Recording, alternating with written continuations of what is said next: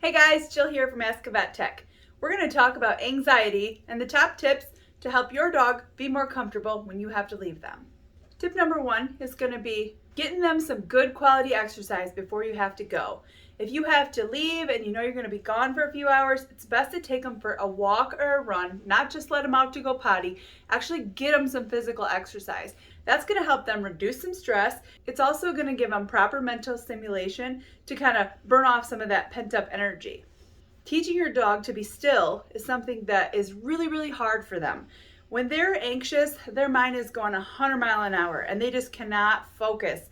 All they want to do is figure out what's going on and why they're so anxious and where you went and all of those things. Teaching them to be still is one thing that you can definitely teach your dog, and it doesn't take much effort. Teaching them to be still is when you notice that they're kind of having a moment, or they start to whine, or they realize that you're getting ready to go. They go to their safe space or their crate or their corner. They stay. They have to stay there. Whether it's a corner kind of off to the side with stuffed animals and their favorite toys and their stuffies and all of that, or a crate.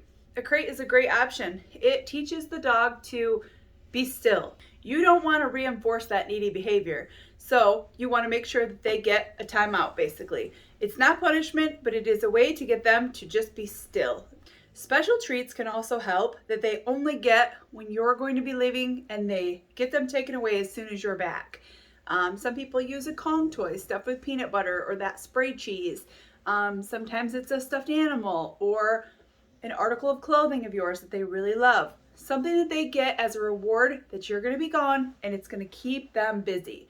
You want their brain to be engaged doing something other than shredding your couch, your clothes, your floor, your carpet, those kind of things. Something else that you could do would be take an old phone and record your family's conversation on a voice recorder. You take the old phone, you just record your everyday activities. You're doing the dishes, you're talking to your son or your daughter, your grandma, your cousin, or whoever you live with. Make it loud, even if it's some made up conversation. Take about 2 or 5 minutes to record some conversation. You can change it up and do multiple versions of this, but you can take that conversation, you can play that back on repeat as loud as the volume will go on that phone, and it's going to help your dog think that you're still around. One of my clients had been having a terrible issue with their little Yorkie who would just cry and scream every time they'd leave. They put this phone in the garage, so it sounded like there was conversation in the garage, like literally right off the kitchen. It was about 2 or 3 weeks, and that dog realized that when their owner went out the door, it wasn't the end of the world, that they were just out in the garage. They used this trick to get the dog to realize it's not so bad when everyone's gone because they're right out in the garage. They only had to do it for about a month and a half. They shortened the duration of the conversation that was in the garage slowly over time. And pretty soon now they don't even need it. Using calming supplements is definitely something that is awesome. You could definitely use those. Adaptil uses a pheromone agent that reminds the dogs of when they were puppies and nursing on mom. When they were working mom and they were nursing, it produces a pheromone. And that Adaptil product brings that back to them. It's like, oh no, where's my mom? Am I going to be in trouble for this behavior? It's kind of a trick, but it works.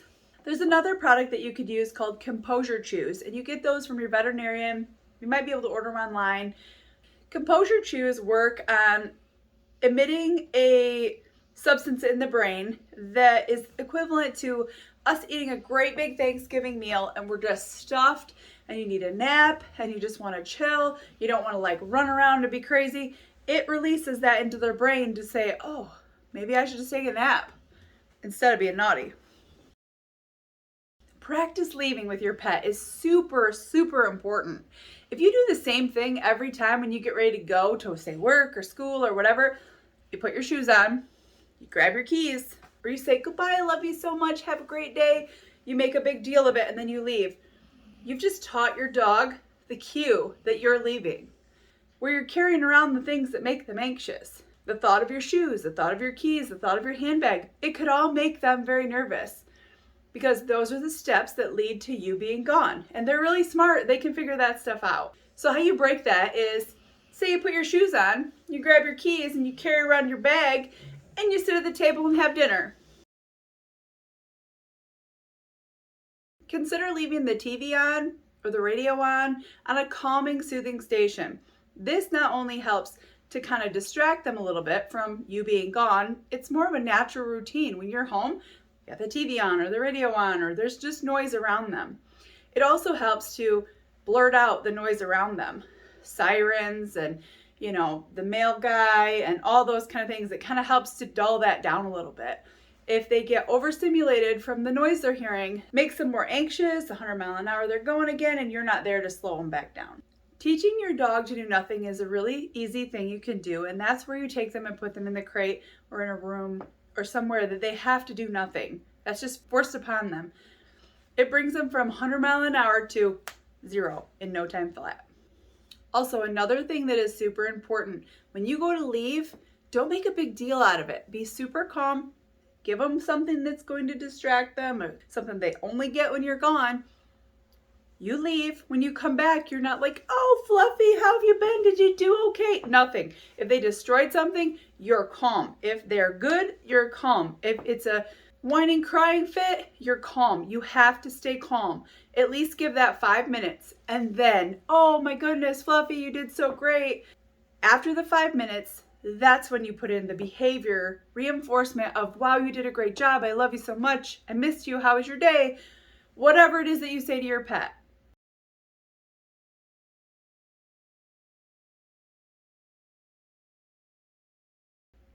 Remember, our pets are not children as much as we want to think that they are. They look up to their master. So if you be the master, they will behave. Thank you so much for watching. You guys are awesome. And if you haven't already, please subscribe and hit that like button. Helps me out a lot. Remember, I'm here for you. You're here for your pet. Have a great day.